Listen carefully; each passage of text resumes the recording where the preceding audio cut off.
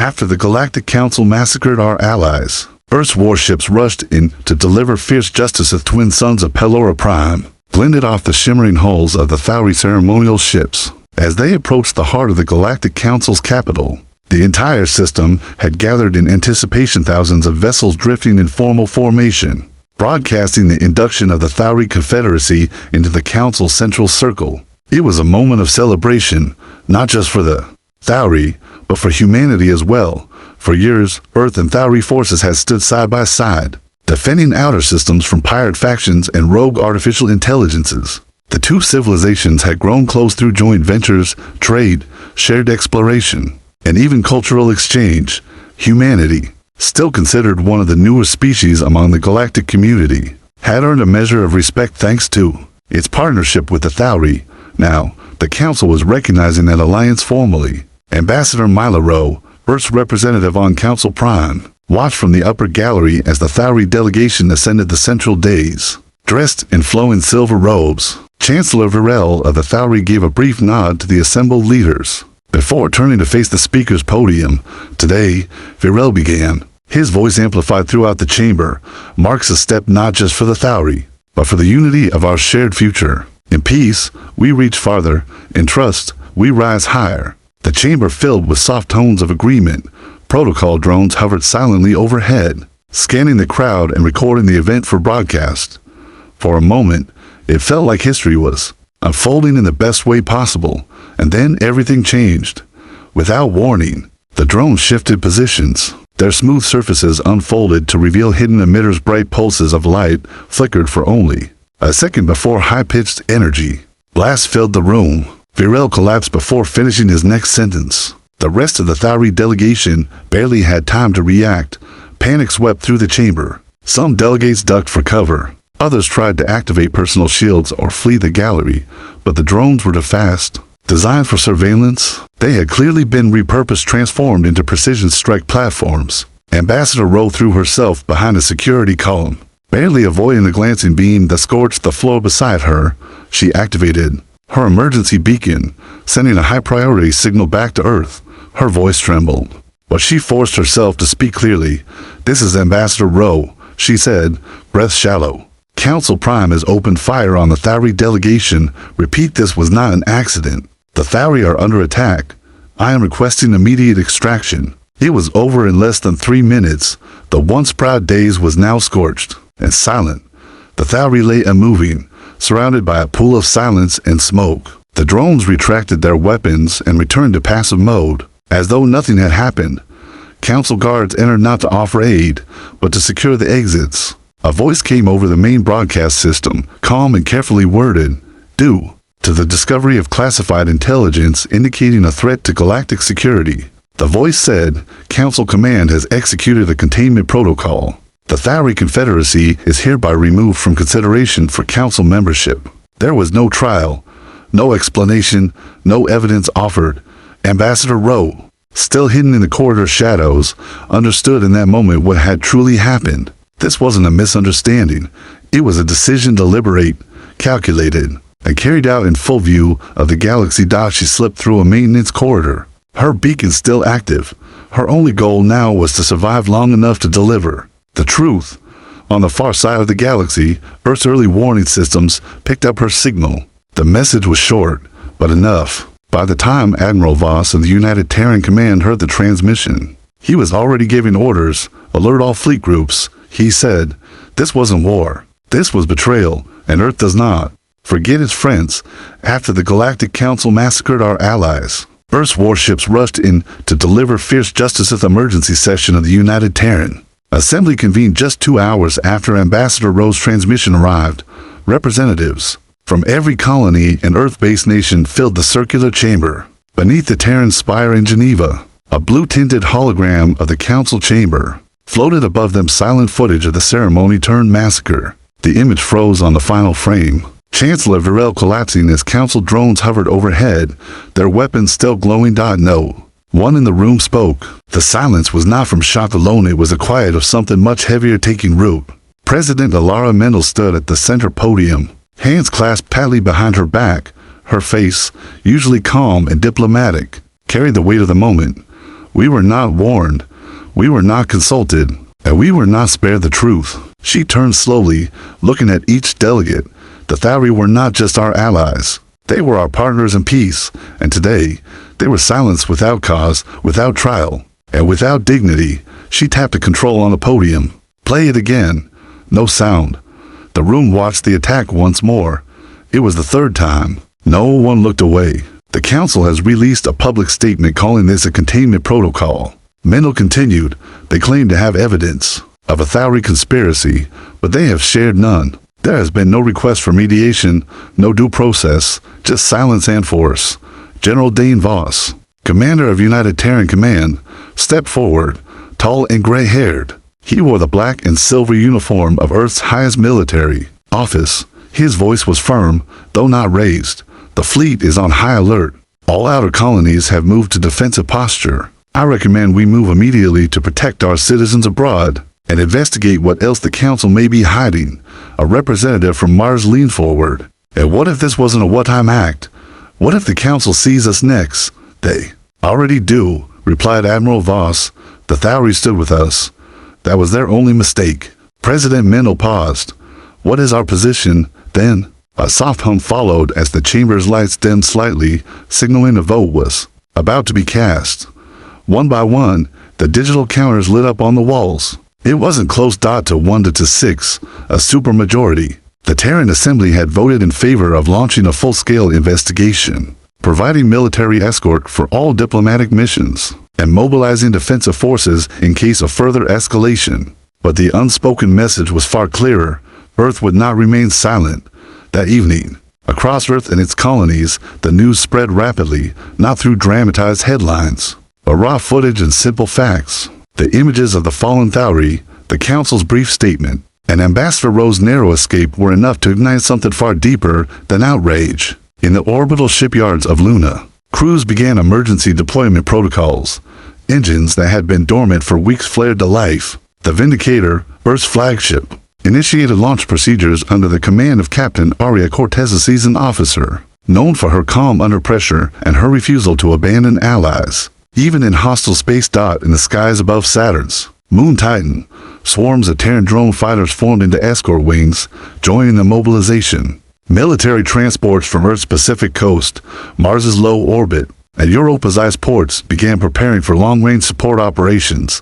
This wasn't a rush to war. It was something colder, more focused. Captain Cortez stood on the bridge of the Vindicator, gazing out over the rows of ships gathering in formation beyond the observation window. We're not here to start a war, she said to her officers. We're here to make sure they understand. We don't forget, and we don't look away. The bridge fell silent, except for the soft sound of systems coming online. Back on Earth, President Mendel issued one final statement before secure communications fell under military authority. If the Council thought our silence would be guaranteed by fear, they've forgotten who we are.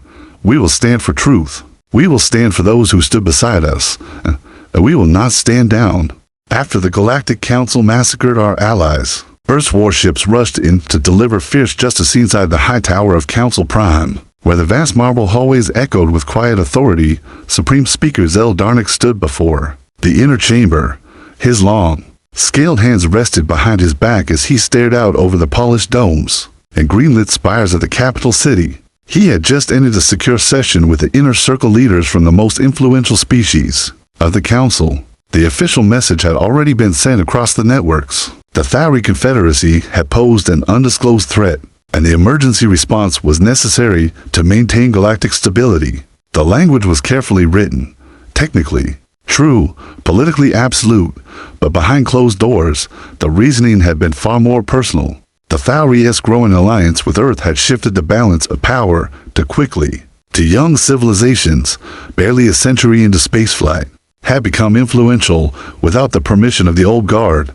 Trade routes, military partnerships, technological sharing too much, too fast.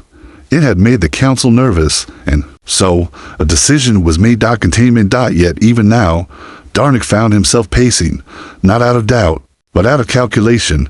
The reaction from Earth had come quicker than expected. He had believed humanity, as emotional and reactive as they were rumored to be, would respond with outrage, followed by appeals and diplomatic requests. Perhaps even a temporary withdrawal from Council programs, but not this level of military preparation, not fleet-wide mobilization. A soft chime interrupted his thoughts. His advisor, a lean-eyed historian from the Ixari species, entered the chamber. The humans had begun redirecting their outer patrol fleets, the advisor said calmly. 17 vessels near the Telran Rift have joined with warships from the Europa and Mars sectors. Civilian ship movements have halted. Traffic analysis indicates coordinated military action. Darnik didn't flinch, posturing. A message to their people, nothing more. Perhaps, the advisor replied, but the message is not only for their people. Other member worlds are listening closely. Darnik turned slowly. Let them listen. Let them remember that order is maintained by action, not emotion. The advisor hesitated. With respect, Speaker, the Council's unity depends on its image. If the humans present evidence or gain sympathy from neutral worlds, they will not. Darnik cut in. There is no evidence left. The operation was clean. Containment was justified under emergency codes, and the ambassador survived by accident. The advisor said nothing more. He bowed and exited the room, leaving Darnik alone once again. Across Council Prime, diplomatic channels buzzed with subtle concern. Some member worlds, particularly the smaller ones, began to request clarification. A few asked for access to internal records. Those requests were ignored. Others simply went quiet, unwilling to risk stepping into a growing divide. On a border moon orbiting the Arisen system, a mid-tier council outpost sent a distress signal after its scanners picked up an approaching Terran fleet group. The humans didn't fire. They simply disabled communications relays, accessed the station's records, and left within the hour. The act was surgical, precise and unmistakable in its message. Back on Earth, news networks avoided dramatic headlines, but people didn't need prompting. The footage from Council Prime was already etched into their memory. Volunteers filled relief ships. Retired veterans rejoined active duty. Humanity wasn't looking for war, but it was preparing for something more powerful. Justice. On the bridge of the Vindicator, Captain Cortez studied a 3D map of Council Prime's defensive perimeter. She noted the outdated patrol paths, the overconfidence in static shielding, and the blind spots that Earth's new cloaking arrays could exploit. They've never fought a coordinated Terran fleet, she said softly. They think we're loud and impulsive. Lieutenant Maris, her tactical officer, glanced at the projection. And what do we think of them? Cortez didn't smile. I think they made a mistake, a quiet one, but we're going to answer it loudly enough for the entire galaxy to hear. The countdown to deployment continued. Earth would arrive not with chaos, but with purpose. After the Galactic Council massacred our allies, Earth's warships rushed in to deliver fierce justice as stars above the Telran line shimmered. With artificial light, dozens of orbital platforms glowed faintly against the backdrop of open space, quietly standing guard over the Council's western border. For decades, they had watched traffic flow through the region like cosmic sentinels, untouched and unchallenged. That changed in under an hour, without fanfare. 3 Terran frigates emerged from folded space, their hulls sleek and silent, engines barely humming. They didn't broadcast a warning. They didn't threaten. They simply moved into position with practiced coordination and with surgical precision. They disabled every scanner, relay tower, and long-range communication system along the entire outpost ring dot. By the time the Council's local garrison attempted to respond, the Terran ships had already gone. Not a single life had been lost. Not a single shot had been fired at the station's personnel.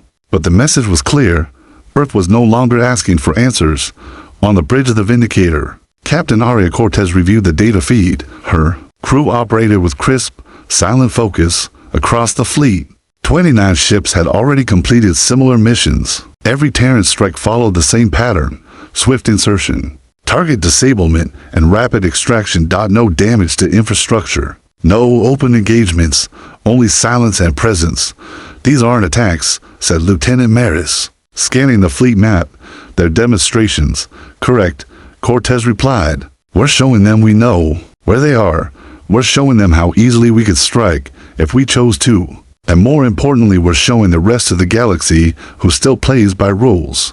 The bridge lights dimmed as a secure transmission came through. It was from Admiral Voss aboard the Terran carrier Athena, coordinating the second wave. of fleet movements. The Council has begun rerouting its defensive fleets, he reported. They're consolidating around key systems. Looks like they expect a siege. Cortez studied the new alignment. Good. That gives the rest of the border room to breathe. Across the galaxy, Terran support ships delivered humanitarian aid to Thauri refugee colonies. Civilian transports escorted by Earth's Navy brought medical crews, food, and technology upgrades to settlements the Council had previously ignored. Entire systems, once neutral or afraid to take sides, began to reconsider. Humanity's response wasn't one of conquest, it was one of clarity. Every move Earth made was calculated, public, and backed with purpose. They didn't arrive to dominate. They arrived to protect what had already been promised, and to remind the Council that some values didn't fade under pressure. On Council Prime, the impact was growing. Harder to ignore. Within the inner chamber, smaller member worlds began to speak up. The Valari envoy questioned the sudden silence surrounding the Thauri records. The Kesari trade guilds requested an independent investigation into the incident, and the Jalari consortium, normally silent, publicly called for open dialogue. With Earth behind the Council's polished exterior, fractures had begun to spread. They're stalling, Cortez said during a strategic briefing. They're hoping we'll slow down, negotiate, lose public interest. But we're not here to create headlines. Her officers nodded. They understood. This was no longer about retaliation. It was about setting a precedent, a future. The next phase of the operation was already in motion. Special teams were being deployed to gather digital archives, track encrypted communications, and uncover whatever information had been buried in the days before the massacre. Cortez wanted truth, and truth required more than strength. She stood at the observation deck as the Vindicator glided past the broken shell of a disabled Council monitoring station. The lights still flickered inside, but the control systems had been completely shut down. A clean hit. Behind her, the stars remained steady. We're not ghosts in the dark, she said quietly. We're the light they tried to snuff out, and we're still here. Earth ships moved like shadows, but their purpose was clear. Justice was coming, and it traveled with precision. After the Galactic Council massacred our allies, Earth's warships rushed in to deliver fierce justice. The Grand Chamber of Council Prime was quieter than usual. In normal times, its galleries would be filled with a hum of conversation, the quiet shuffle of robes, and the overlapping rhythms of translation drones. But now, silence lingered beneath the towering glass dome. The recent absence of the Thauri seat stood like a scar and filled, untouched, and increasingly difficult to ignore. A week had passed since Earth began its precision strikes. Not one attack had claimed a life. Not one system had been invaded. But dozens of outposts had gone dark.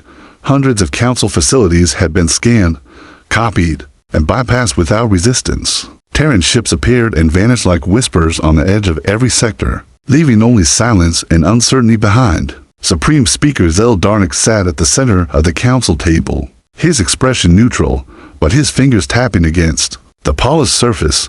His attempt to control the narrative was slipping every day. New questions arrived from member species. Today, the Varkan envoy, an elder with metallic ridges running down his arm, stood and broke the silence. When the fungal plague spread through our colonies 2 cycles ago, he said slowly, we pleaded for assistance. The Council sent none. It was Earth that arrived first with vaccines, engineers, and quarantine ships. They saved millions of our people and asked nothing in return. Murmurs echoed across the chamber. The speaker offered no reply. Another delegate spoke, this time from the Ralthini system, an amphibious species whose trade fleets had once rivaled the Council's own. We were told to remain neutral during the Vornic conflicts, she said. We did. The Council embargoed us anyway. Earth did not. They opened their markets and restored our fleets. We have not forgotten. The speaker raised a hand. These examples are noted, but they do not change the facts. The Thauri posed a rising threat to stability. Their alliance with Earth accelerated military buildups in fragile regions. The decision was not made lightly, but it was made without us. The Ralthini envoy replied calmly, no vote, no warning, no debate.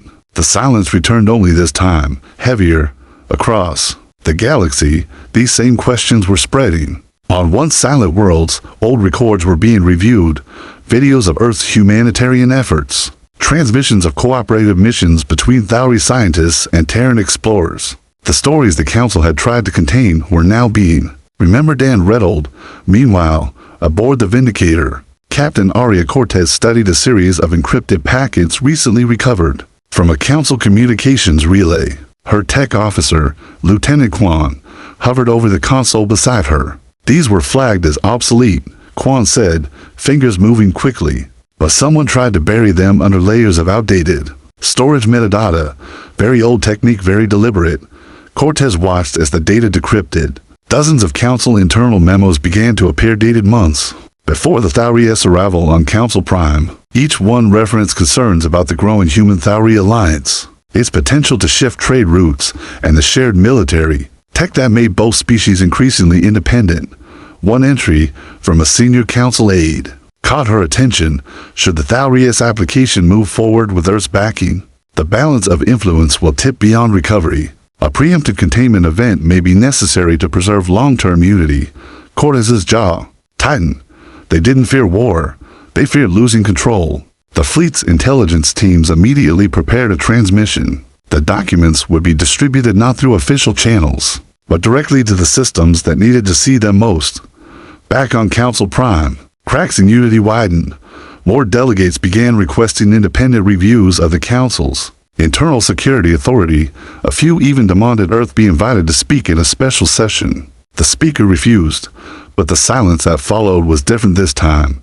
Not agreement, not fear, just doubt, and doubt, once it takes root, spreads. Quietly die as Earth's ships continued to move across the stars. They did not speak loudly. They did not issue threats. They simply made sure no one could look away. After the Galactic Council massacred our allies, Earth's warships rushed in to deliver fierce justice. The low hum of the Vindicator's engine was the only sound in Captain Aria Cortez's ready room. She stood near the viewport, watching distant stars streak past as the ship slipped deeper into Council territory. Every mission since the massacre had been surgical focus on gathering truth, protecting allies, and sending a clear message. Her thoughts turned to Ambassador Mila Rowe. Rowe's narrow escape from the massacre was more than luck. It had been courage and quick thinking, a refusal to accept silence as the final answer. Since arriving aboard the Vindicator, she had become a quiet force, sharing fragmented intelligence and helping guide the fleet's diplomatic approach. Mila entered the room without knocking. Captain, we've received a transmission from a Thauri resistance cell. Her voice was steady, but her eyes held the weight of loss. They've uncovered additional Council archives records detailing covert operations against Thauri colonies over the past decade. Not just political interference, but sabotage, economic blockades, even assassinations. Cortez gestured to the data console. Prepare everything for immediate download. Rowe nodded and hesitated. Captain, the resistance is fragmented. They're asking if Earth can provide more than just military might. If we can help rebuild what was lost.